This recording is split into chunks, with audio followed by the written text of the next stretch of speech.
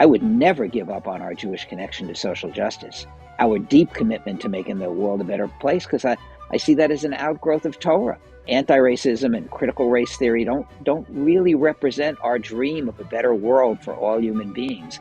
Hello, I'm Jonathan Tobin, editor-in-chief of the Jewish News Syndicate, jns.org, and you're listening to Top Story, a weekly podcast where I analyze the most important stories happening in Jewish news around the world. Each week, I will break down politics, foreign policy, and culture to provide insights into what is going on behind the headlines. Hello, and welcome to Top Story. It hasn't been a good year for school boards. In the last 12 months, many of the local bodies that govern public schools have been taking a beating over policies dealing with the COVID pandemic that many parents believe are hurting their children. Many boards have also faced furious pushback from the public about their willingness to go along with teachings on critical race theory that seek to divide Americans against each other. In those instances, much of the mainstream media rallied to the defense of the education bureaucrats against grassroots protests that many on the left wrongly labeled as racist or a reflection of a conservative spirit of insurrection. But the school board of McMinn County, Tennessee, wasn't so lucky. When its members decided to remove Mouse, the Pulitzer Prize-winning graphic novel about the Holocaust, from classrooms in the Eastern Tennessee district, they became the new face of censorship in America. While they deserve the scorn that they're currently receiving from a broad cross-section of Americans in the press, popular culture, and social media, it would be a mistake, as some are doing, to try to conflate the banning of Mouse with other controversies, including the ones concerning efforts to keep woke indoctrination about race out of the schools. Indeed, Art Spiegelman, the artist-author of Mouse, is seeking to gin up that argument by speciously telling CNN that the debate over critical race theory was a dog whistle for anti-Semitism, and that Holocaust education or anything about Jews will be the next to be booted out of the schools if right-wing book banners get their way. There's no reason to believe that that is true, and while that plays into prejudices about flyover country Christians, Spiegelman should actually be deeply grateful to the idiots on the McMinn County School Board. Mouse remains a classic of the genre as the first graphic novel to be taken seriously as a work of literature. It's also a groundbreaking effort that successfully brought the story of the Holocaust to a mass audience, especially among younger people who may be resistant or intimidated by conventional books on the topic, but might read a volume presented like a comic book, even at full length. But while Mouse remained in print and has been incorporated into many school curricula, it had been a very long time since it or Spiegelman was a topic of popular conversation, let alone a subject that was trending on Twitter. Within days of the news of the school board's decision breaking, the book, first published in 2 volumes more than 30 years ago, jumped to number 2 for the complete version and number 3 for volume 1 on the Amazon bestseller list. By now, it may be number 1, a feat that far exceeded its reach when it first hit the bookshelves. It's an iron rule of history that when you ban a book, you only make it more popular.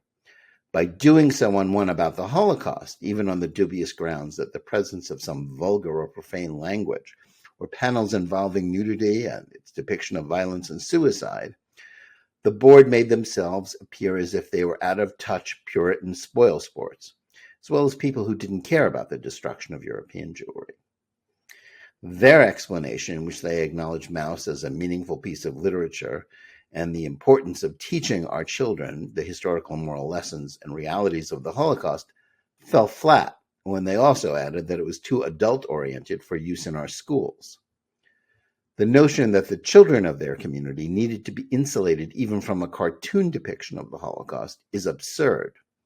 So too was their insistence that local educators would be tasked with finding a suitable substitute to teach about an unspeakable atrocity that wouldn't offend local community values. And it spawned mass giveaways of the books from stores and others who purchased it for potential readers in order to send a statement about how wrong it is to ban books. The story was also irresistible for much of the media, if only because it seemed to be a rerun of the 1925 Scopes trial, in which a high school science teacher was prosecuted for teaching evolution in nearby Dayton, Tennessee.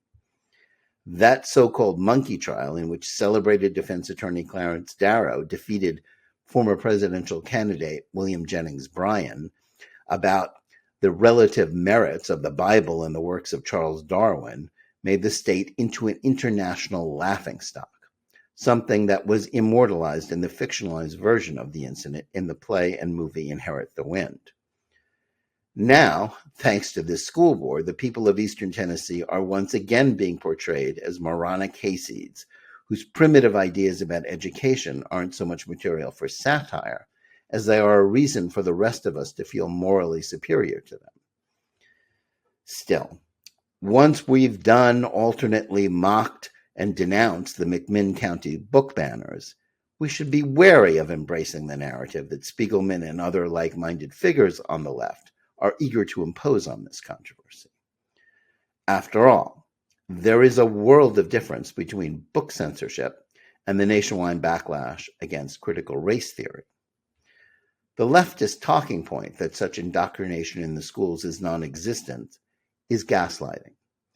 Elementary school kids are not being drilled in the higher academic version of this leftist worldview in which race consciousness is regarded as the only relevant way to think about an individual or society, but a watered-down version of it, whereby children are inculcated in ideas about collective identity, in which the world is divided between those who are deemed victims solely because of their skin color, and others are pronounced guilty of white privilege because of their background, is spreading in the schools. It is being incorporated into lesson plans, activities, and books that have become required reading. The fact that critical race theory and its corollary, intersectionality, enable and spread anti-Semitism is alarming even many traditional Jewish liberals who are outraged about what is being taught. Their anger is a function of what is actually happening throughout the country, and not because they were misled, as leftist outlets would have us believe, by reports on Fox News. Indeed, it was hardly surprising that the Mouse controversy sparked a bizarre and ignorant discussion about the Holocaust on ABC's The View talk show, in which Whoopi Goldberg, someone who has claimed that she identifies as a Jew, even though she is not Jewish and unsupportive of actual Jewish causes or beliefs, moved from mocking the Tennesseans and implying that they were actual anti-Semites to claiming that the Holocaust was merely white people doing it to white people. Later, she apologized, but the discussion, which was supposedly an effort to promote Holocaust education, illustrated the problem with universalizing this unique event into one merely about man's inhumanity to man. This strips it of its unique nature and inevitably becomes another way for some people to show how much they love dead Jews, all the while dismissing the concerns, the safety, and even the identity of live ones. That's why the censors we should be most worried about are not isolated rural school boards that make bad decisions about books based on their concerns about the way popular culture is immersing their kids in a deluge of vulgarity and explicit sexual images. It is the woke commissars infiltrating the education bureaucracy and the arts that are imposing fallacious versions of American history, like the New York Times error-ridden 1619 Project, and other efforts seeking to divide Americans on the basis of race and redefining Jews as beneficiaries of white privilege. It is they who are seeking to rid the libraries and the classrooms of content that is seeped in traditional patriotism. They are the ones who want to ban belief in the ideals of a colorblind society based on equal opportunity, and to replace it with a racialist catechism rooted in the false god of equity.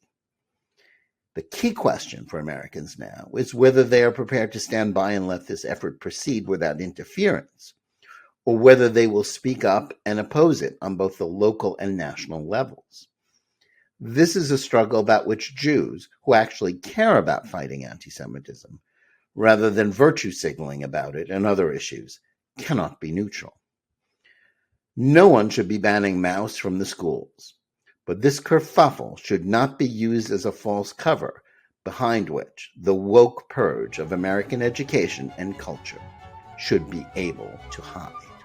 And now to today's interview. Are American Jews unwitting accomplices to an effort to legitimize anti-Semitism? And have they lost touch with the sort of values and ideas that make Jewish identity transmissible from one generation to the next? Over the past decades, as pessimistic predictions about the implications of rising statistics concerning intermarriage and assimilation have moved from hypotheticals to reality, answering questions about the viability of Jewish institutions, as well as what the community will look like in the future, have become not so much a matter of study, but a necessity. Such discussions have moved from intellectual debates about whether outreach is more important than buttressing the core of the community to a recognition of the manner in which Jewish life is coming apart as the liberal, non-Orthodox world drifts one way and the politically conservative Orthodox world heads in the opposite direction. This is bound up with divisions that go deeper than mere disagreements about religious practice, and is now a function about notions of identity that are often mutually exclusive, with the non-Orthodox world defining Jewish interests primarily in terms of a domestic social justice agenda and liberal politics, while on the other end of the spectrum, concerns about Israel's safety as well as those grounded in observance, political differences exasperated by the tribal culture war between left and right, affecting all Americans, is part of this, making it harder and harder to see how such a community hangs together or can unite behind an agenda that can be supported by both sides of this divide. Added to the friction is the rising tide of anti-Semitism on both the right and the left, while much of the Jewish community seems focused on the former, while neither understanding nor recognizing the latter. Can a Jewish community seeking to maintain its equilibrium and chart a path to the future stand up against left-wing anti-Semitism that is rooted in fashionable leftist notions about intersectionality that targets Jews? Is a backlash against wokeness coming that will galvanize traditional liberals to stand with Israel against its leftist enemies? Or is the growing gap between left and right a harbinger of even worse demographic problems to come? To discuss these issues, as well as the politics of Jewish life, we're fortunate to have with us today one of the experts about Jewish communal endeavors and political activism. Barry Shrage served for 30 years as president of Combined Jewish Philanthropies of Greater Boston, and he's been a powerful voice on the American Jewish communal scene. He was known for his support of Jewish education, promotion of engagement by religious and non-religious Jews, and a belief that support for social justice issues can be combined with strong support of Israel. Following Schrage's retirement from Jewish communal work in 2018, he joined Brandeis University's Hornstein program as a professor, where he trains and mentors students for roles as Jewish professional leaders. Barry Shrage, welcome to Top Story. Thank you for inviting me. I've been a big fan of JNS and an even bigger fan of yours for many years before that. Well, thanks very much. I really appreciate it. It's great to have you with us. I want to start by addressing the issue that American Jews, I think, are most focused on right now, the rise in anti-Semitism. It's axiomatic, I think, that Jew hatred comes from both political extremes, left and right. But much of the community seems only able to focus clearly on the anti-Semitism that comes from elements that are not seen as their political allies, meaning that liberals tend to only see it on the political right while minimizing it on the left, and the right does the same thing. Do you see any evidence that this is changing in any meaningful way, or are American Jews doomed to emulate the way the rest of the country is coming apart at the seams as partisanship and culture wars define us? Yeah, obviously, I think we have to see anti-Semitism from wherever it comes, from the left or from the right. Both are terrifying. I find the arguments over definition sometimes a little bit silly. If somebody is interested in seeing the destruction of a state containing 7 million Jews, that's the hope of the Jewish people, you can call that whatever you want. The person who wants to do that, maybe their best friends in the world are Jewish, or they may be Jewish. but the death and destruction of 7 million Jews is a serious matter, weakening that state. The kind of stuff we just saw from Amnesty, Hmm. branding that state an apartheid state, just the most horrible, horrifying language. Is awful. Now, I don't think we're doomed to see the world the way the rest of the country does. What's more, I think the rest of the country isn't exactly seeing the world the way they used to yesterday. I think that the whole woke thing began to fall apart. It hit a brick wall in Virginia. And as I talk to people in the Jewish community, outside the Jewish community, there's a recognition that what this thing represents isn't our dream of social justice.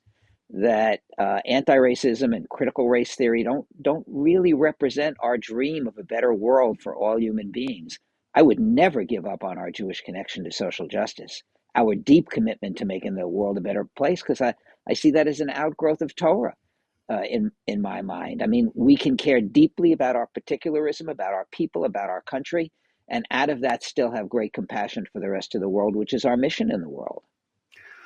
Well, I think that's an optimistic message that I would love. I'm cheering even as I hear it, but yet I'll push back on you on it a little bit. Number one, it seems to me as someone, and I speak as someone who covers politics, both secular politics and Jewish politics. It seems to me that there isn't a lot of evidence that the sort of bifurcation of American culture and political culture is lessening that much. We are still a country that, reads, watches, listens different sets of media. Never the twain shall meet. We've seen how social media has isolated people even more, and that they are living in silos where they can isolate themselves from different points of view or anything that doesn't, confirm their existing biases or opinions. This is a very powerful impact on society, and I think it's very powerful on Jews too. Are you really? Do you think that that's breaking down? Because quite frankly, I see it as getting stronger.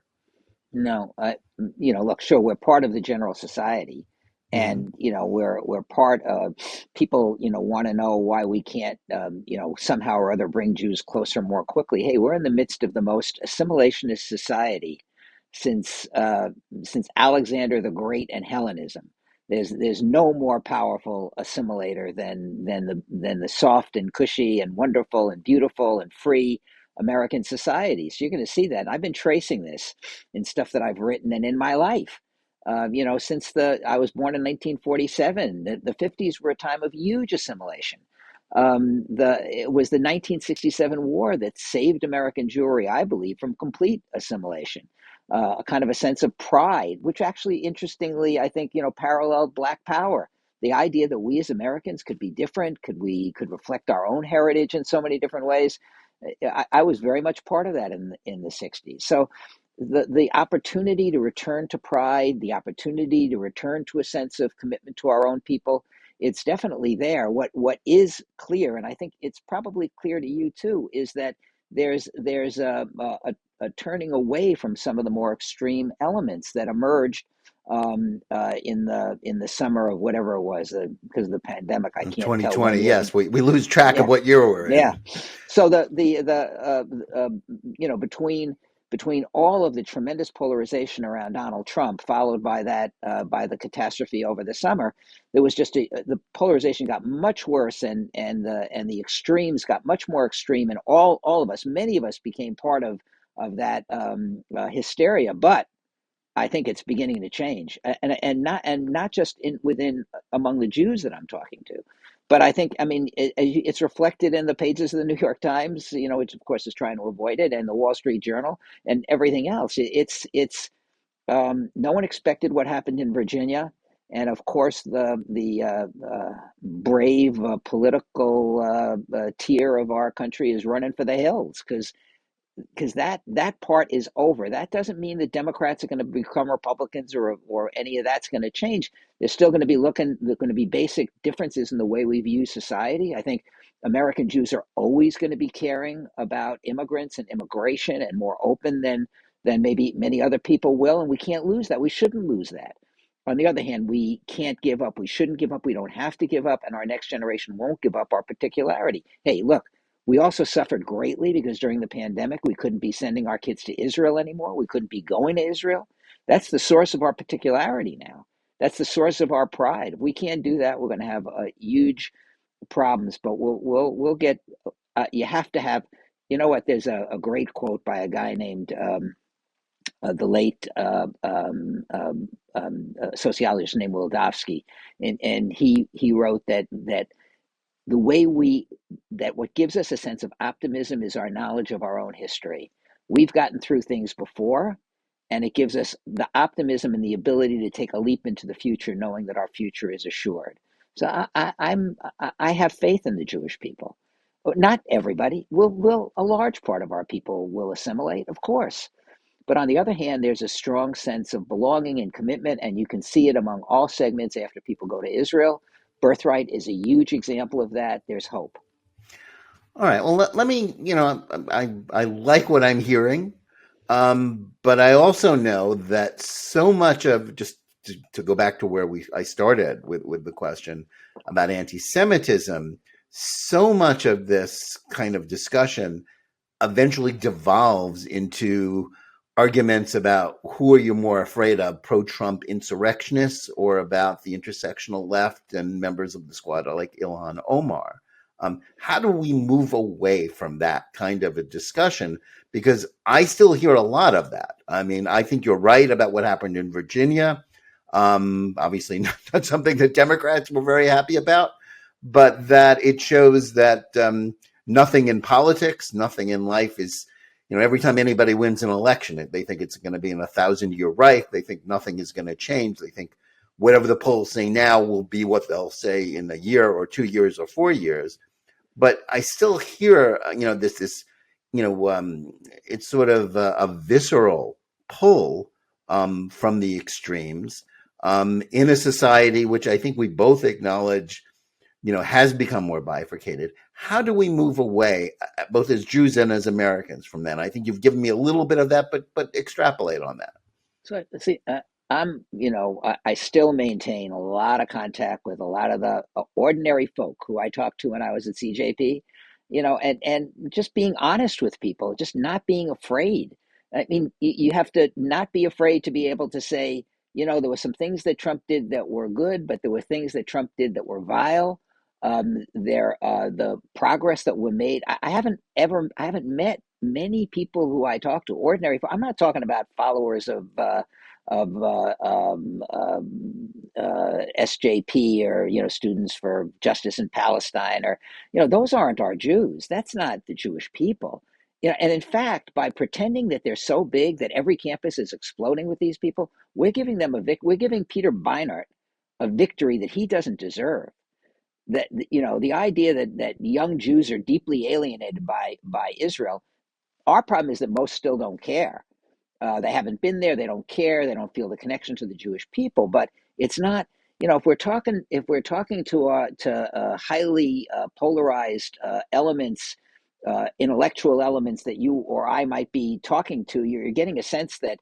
But for ordinary folks, they know that there's a problem on both sides. They're not happy when their kids come home from school and tell them that they're feeling deeply guilty because they're white. And if you ask them what they are, they won't say I'm a proud Jew. They say, I guess I'm a white adjacent. Whatever that means. This is ridiculed. I mean, they're not liking this. They're still deeply committed to the Democratic Party. They're deeply committed to social justice. They want this to be a more equal world in so many different ways, and I agree with them.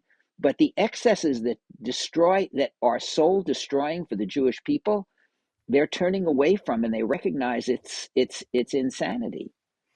Well, I'll just stop right there, and then let's drill down into that. You're right; these are deeply destructive trends, but they are trends that have serious support. It's impossible.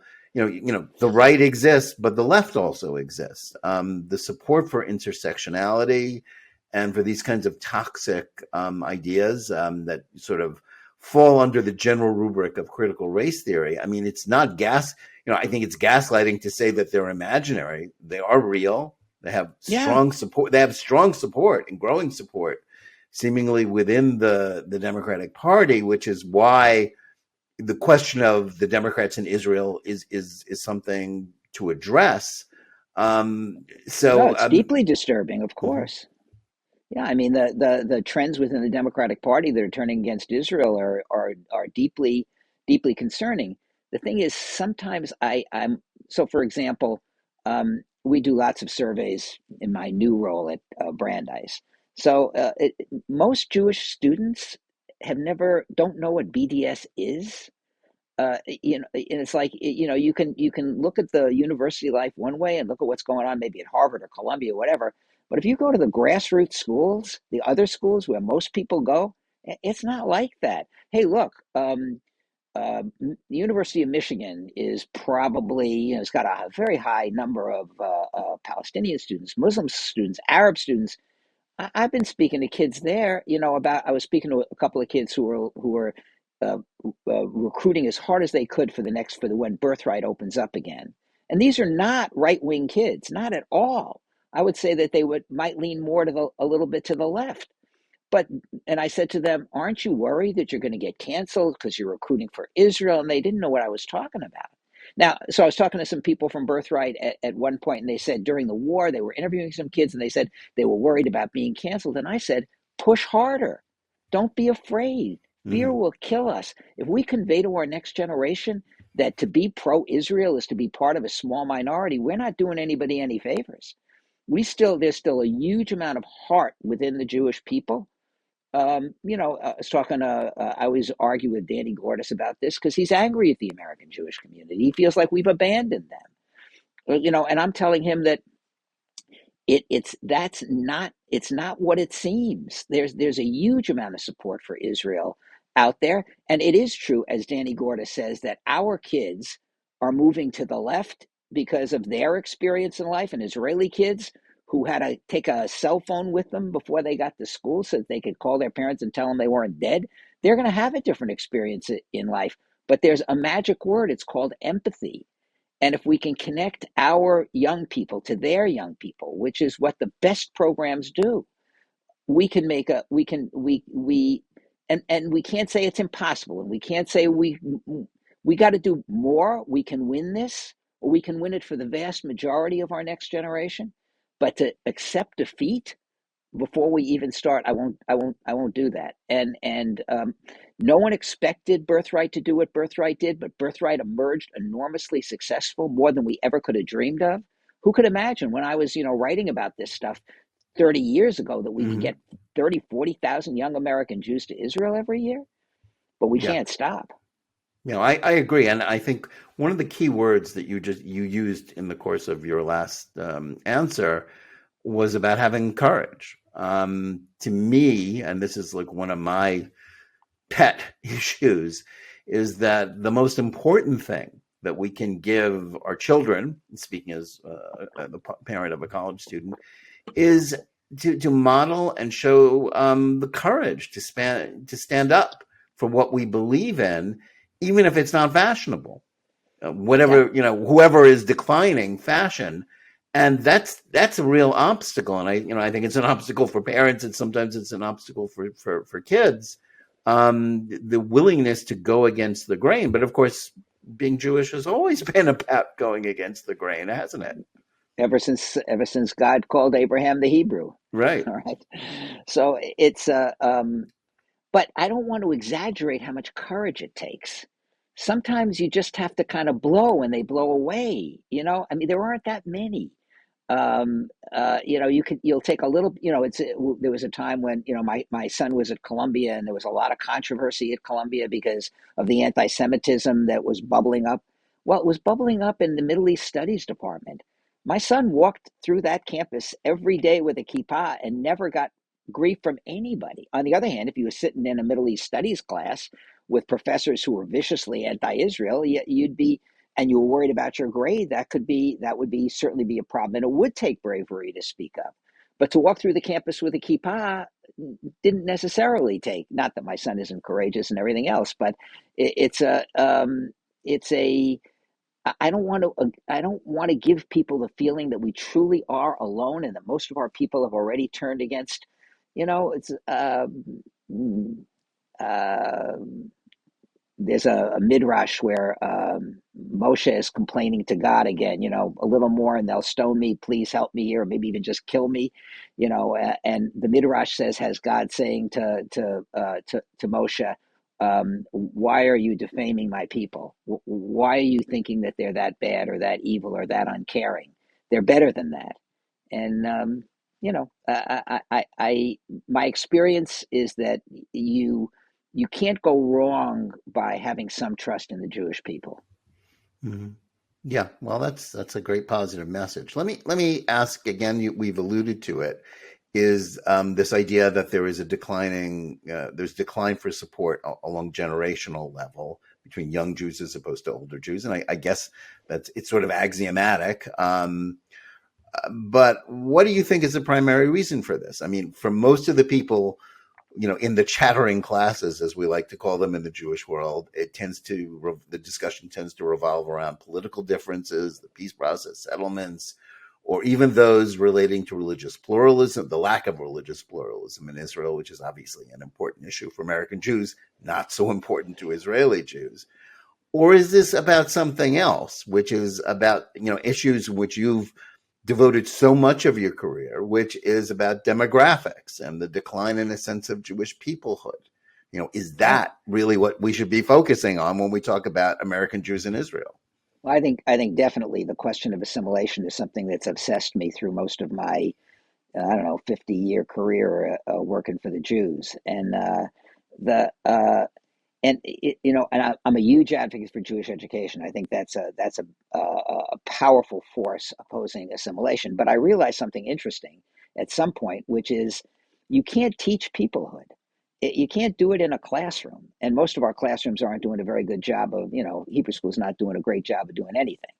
But even in day schools, it's difficult to convey a sense of peoplehood. It's an experience. There's a wonderful book that I love called John Lennon and the Jews, does a great job of explaining all this. But it's uh, but on the other hand, you look at the data on kids coming back from Birthright. That experience of being with Jews from all over the world, of actually the empathy thing requires a little bit of physical contact. I mean, you'll meet an Israeli soldier on the bus, and he's not a right winger. He didn't vote necessarily for Netanyahu. He certainly doesn't want to be stationed outside Hebron for the next 6 months. But you ask him, why he voted the way he voted or why he lives the way he lives, and he'll say, you don't understand the neighborhood that we're in. You don't understand the pressures that we're under. You don't understand what it was like as a kid to be on a school bus going to school and having to call mom to tell her I'm not dead when I get to school. But you have to hear these stories personally. And by the way, Israelis have to understand American Jews in a different way too, that it was possible to love Israel and vote against Donald Trump, and that there are reasons why American Jews have their own concerns and their own interests, which don't necessarily trump Israel's concerns. Uh, uh, but we have to understand each other. We had a program. We have a program in Boston, Boston Haifa Connection. We were sending 700 teenagers a year to live in the homes of Israelis. 700 Haifans were coming to Boston to live in our homes every year. This is not brain surgery. The stuff that we need to do should be super clear to all of us. Following up on Birthright. This is not.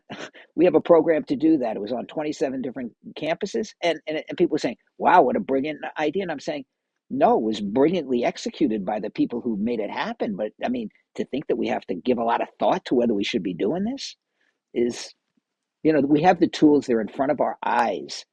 It just takes the commitment to make them happen. And as I said, this is not going to be 100% of anything. There's going to be assimilation. There are going to be people, Jews who turn against Israel. There's going to be all of that. But the battle is for the vast majority of Jews, and that battle is still in play. Yeah, part of that battle, and I think, it's something that, is sort of baked into the cake when we talk about demographics, is the difference between, the much smaller component of American Jewry that is either politically conservative or orthodox, and therefore has a very different idea about the priority of Israel, as opposed to the vast majority of, non-Orthodox, more politically liberal Jews, who, as you rightly say, the majority of whom care about Israel, but for whom it is not the most important issue, certainly when they vote.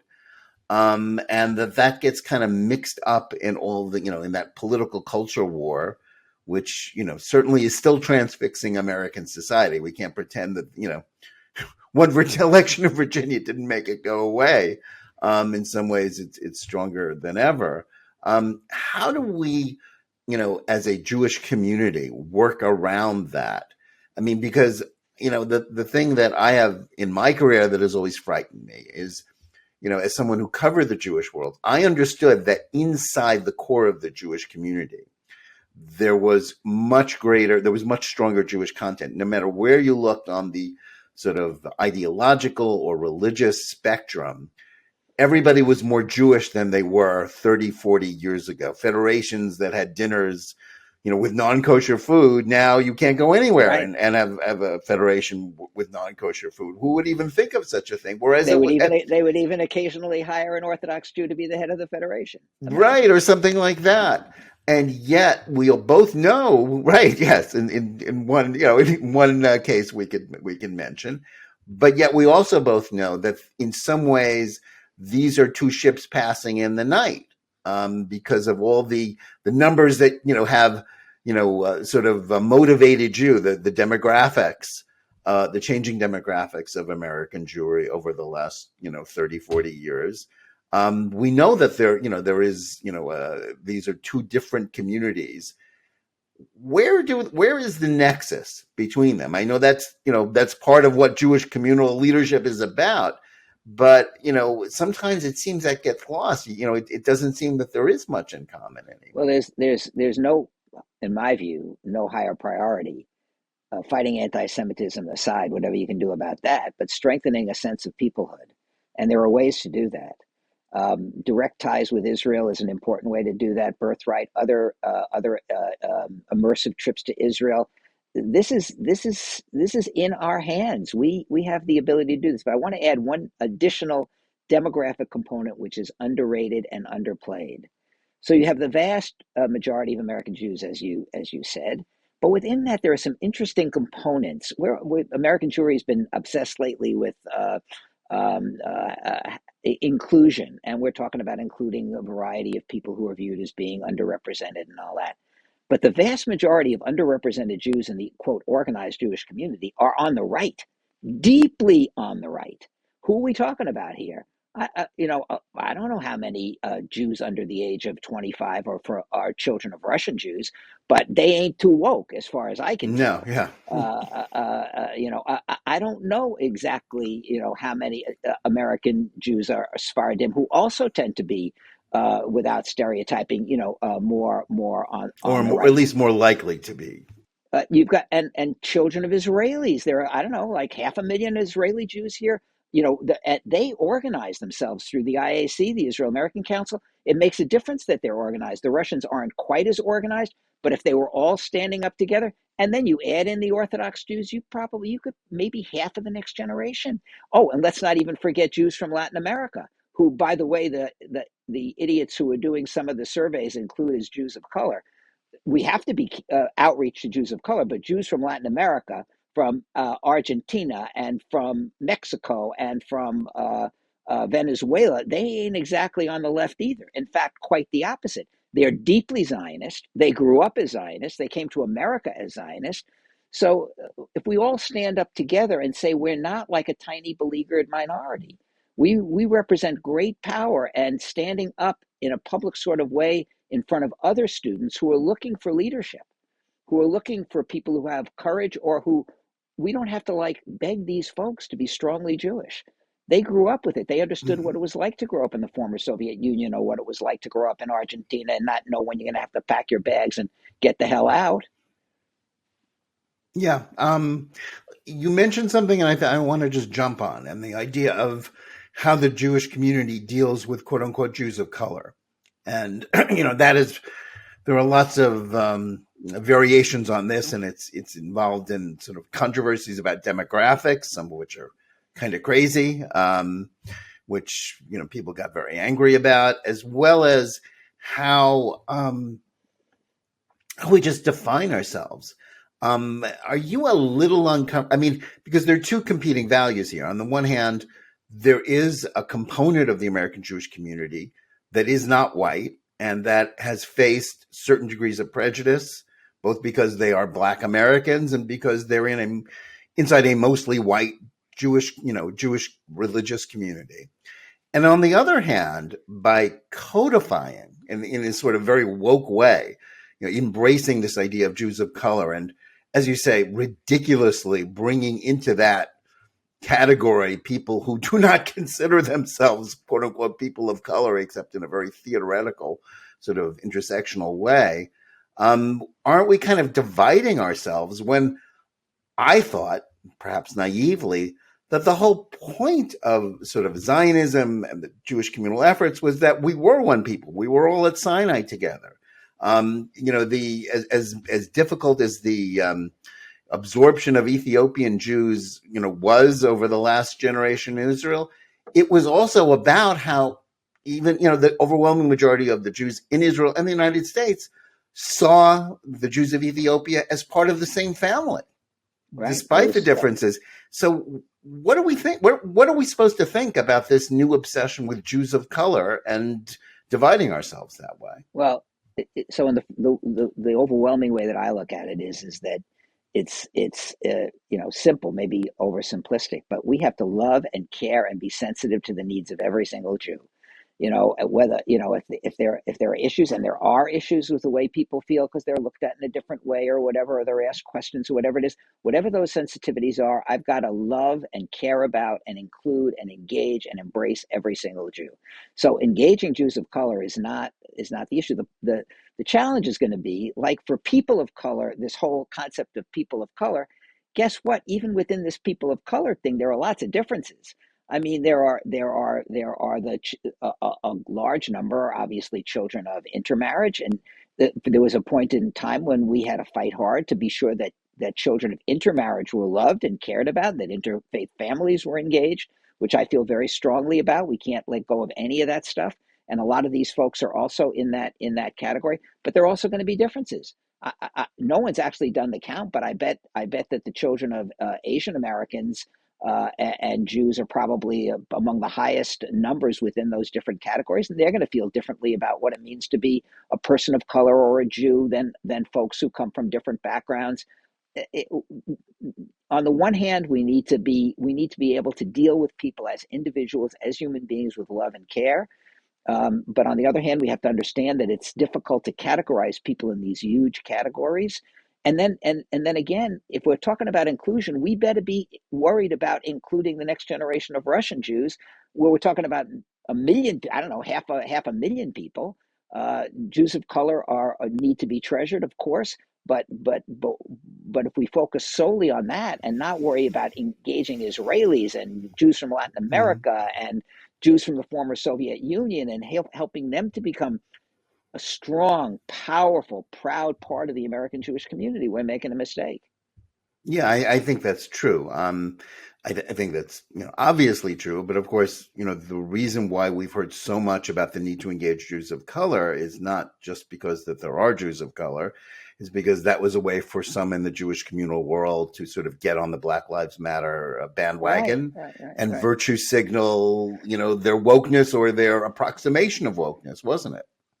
Right, and I think, and I don't, and those motivations are not what we'd like.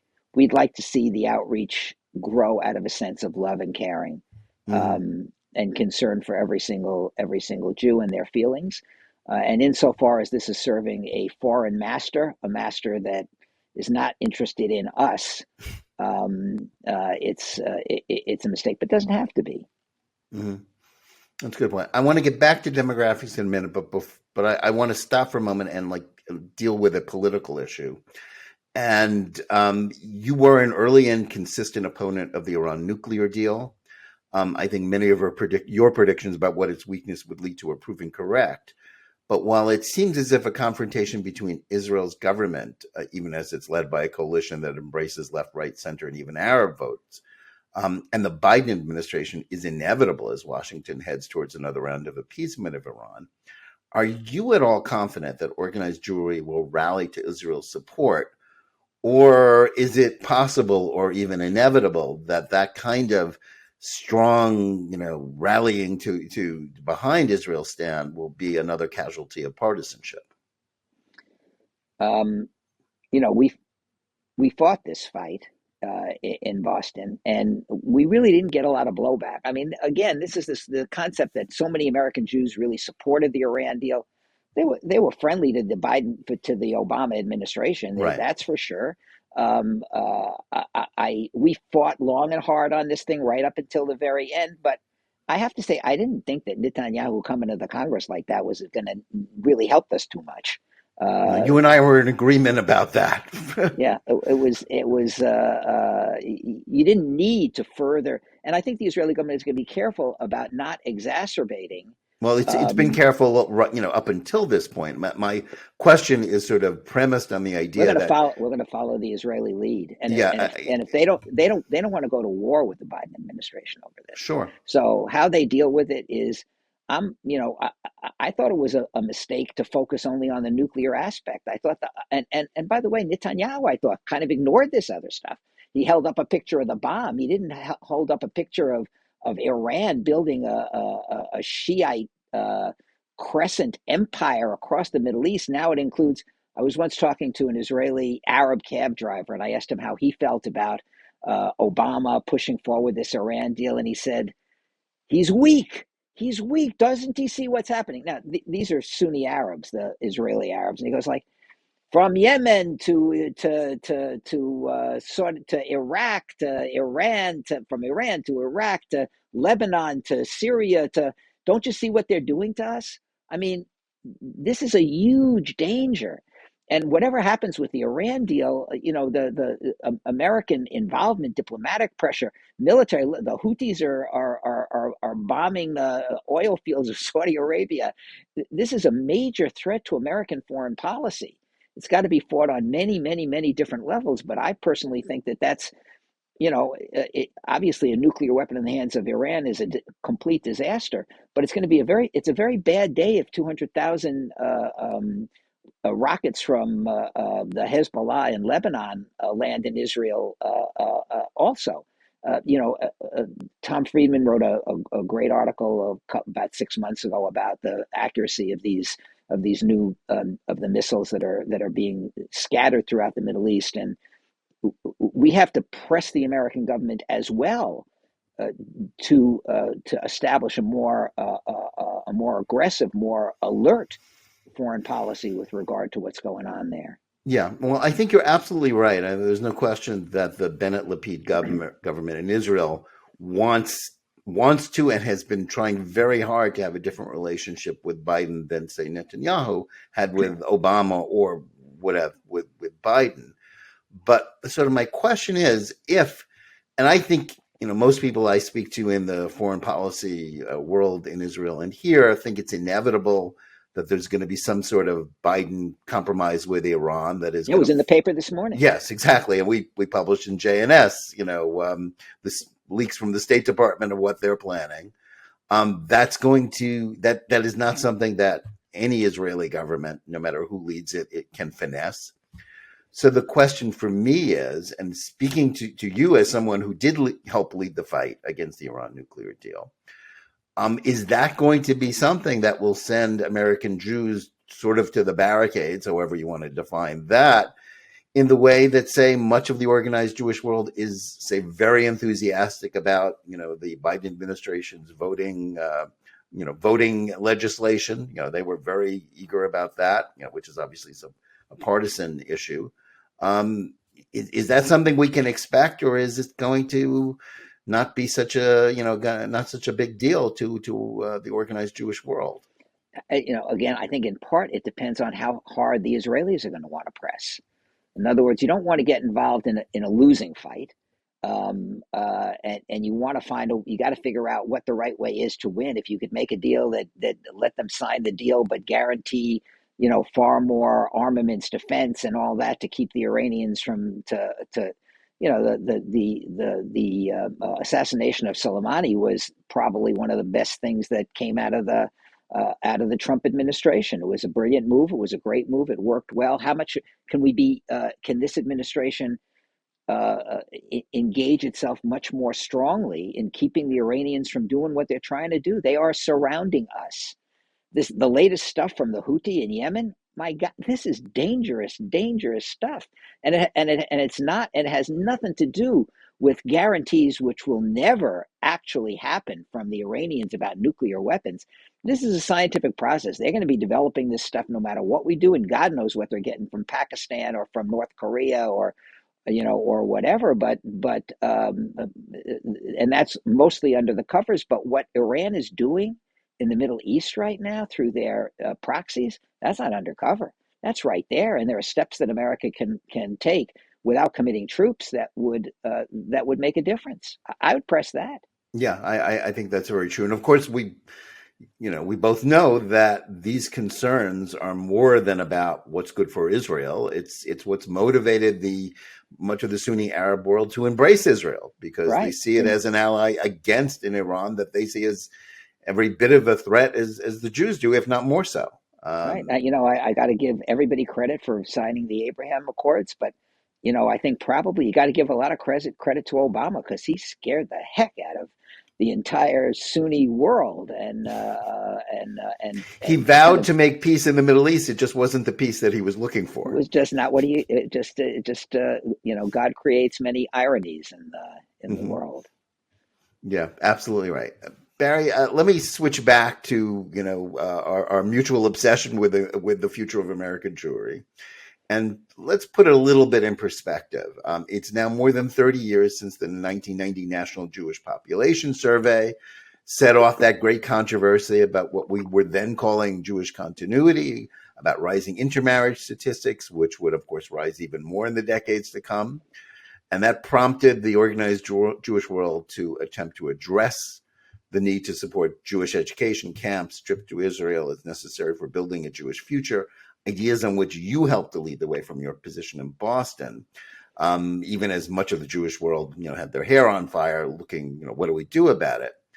But as much as, I think we're now beyond the sort of dead end in-reach, outreach debate, but the fears about what this would mean, or at least was perceived to have mean 30 years ago for the Jewish community, have sort of largely been realized. We are, with the scenarios that were being spun in 1990 or thereafter, we're sort of there now.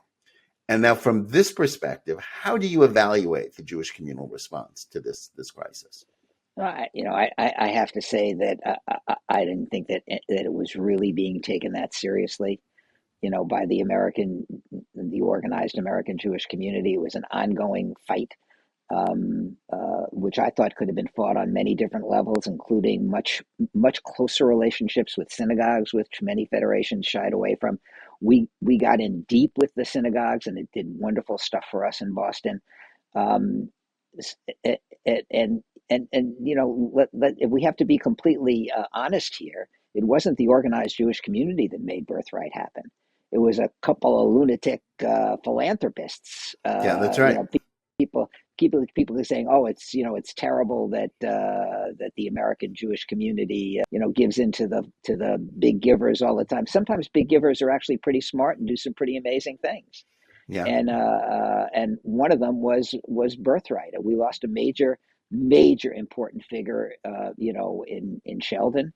Adelson, and Michael Steinhardt and all these crazy guys, but they made this thing happen. No, if it had been just about a committee of federations, it wouldn't have happened. They had to be the ones to do. There was some amount of jealousy because Birthright was raising so much money, and why shouldn't it go through the federation world? I always felt that we would, we made Birthright into a constituent part of what we were raising money for, because when you find something that's amazingly important and does the job, you try to do it. So, but I think some people did pay more attention to Jewish education. We paid a little bit more attention to, and other varieties of travel to Israel became more important in the Federation world.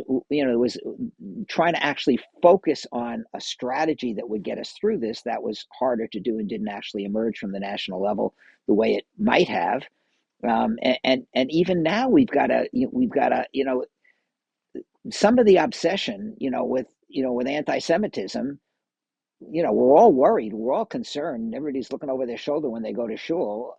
But on the other hand, we better be figuring out how to get our people back to Israel, strengthen those ties in every way that we can, not just because it strengthens Israel, but our identity is tied to this. Jewish pride is tied to this. We can't exist as a quote religious community. I love being part of a religious community. I am part of a religious community. I daven every day 3 times, but but if you think about it from the point of view of an American Jew, why should they be more concerned, more interested in Torah than in the Bhagavad Gita or the Christian Gospels? There's only one reason. Those things, I can't tell them that those things are inferior to our culture and our religion and our faith. All I can say is that the Torah is ours, the Talmud is ours, but that requires a sense of connection to the Jewish people. And to make that happen, that's what makes these experiential things like camp, or especially like Israel, so incredibly important. We can't pretend that we can be Jews going forward without a strong connection to each other as Jews. If you're saying like, we have great narratives, and the Palestinian narrative isn't so bad. Why should I care about our Jewish narrative more than theirs? What can I even say to you? What can I say to you? I'm going to get into an argument with you as to what went wrong, during the Oslo process. Was it our mistake or their mistake, or what went wrong? What went wrong in the year 2000? Why did all that stuff fall apart? You can listen to Dennis Ross, or you can listen to Yasser Arafat. If you don't have heart for our people, you're losing an important part of what it means to be a Jew and an important part of what it means to be human. Yeah, well, I think that's absolutely right. And I think stuck in there was, I think, a very honest evaluation that we really did not, as an organized community, as a community as a whole, didn't really take it as seriously as we should have. And indeed, I can recall after the 2013 Pew Research survey, which was really the most professional thing done about American Jewry, there was another effort, which I was tangentially involved in. And the reaction to it from a lot of the organized Jewish world was just shut up, just go away. We don't want to deal with these kinds of assimilation issues anymore because it's bad for fundraising. There's too much intermarriage, and therefore talking about it is a problem. I can recall, we've referenced Birthright about a year ago, there was a survey that came out that showed that people who had been through Birthright were more likely to choose a Jewish partner in life, whether marriage or otherwise. And, this was exactly the dream of the people who had first, cooked it up, and people like you who were writing about it 30 years ago. But yet the reaction in much of the Jewish community to that finding was, shut up about that. That's terrible. We don't want to be perceived as anti-intermarriage. I mean, that's kind of shows where we are as a community right now. Well, but the same survey and similar. By the way, I would say, rather than just reading Pew, I would turn my eyes. This is, to be, I guess, honesty here. Like, I work for Brandeis now. I mean, I'm teaching and I love it and all that. And I'm part of the Cohen Center for Modern Jewish Studies. Their research tells a different story than Pew, a much more positive, optimistic story. And I think it's better research in many ways. And they've been doing the Birthright research since the beginning of Birthright, and it's research that actually has a control group. So it's got the clearest picture of impact on identity of anything that's been done in the American Jewish community. But the point of this, so here's the thing: like, we can't politics gets in the way of an honest discussion. Here's what the Birthright research shows: it's not it's not anti intermarriage. Actually, what it says is that birthright makes a far more powerful impact on the children of intermarriage than on the children of in-marriage. Going through that process makes you feel, if you compare what the pre and post for in-marriage and intermarriage, the children of intermarriage rise to a level of connection and commitment that's similar to the level of in-married children of in marriage, and higher after the birthright experience. So it's not inevitable that intermarriage leads to the complete failure and destruction of the Jewish people. We have a Jewish concept called Zera Yisrael, the seed of Israel.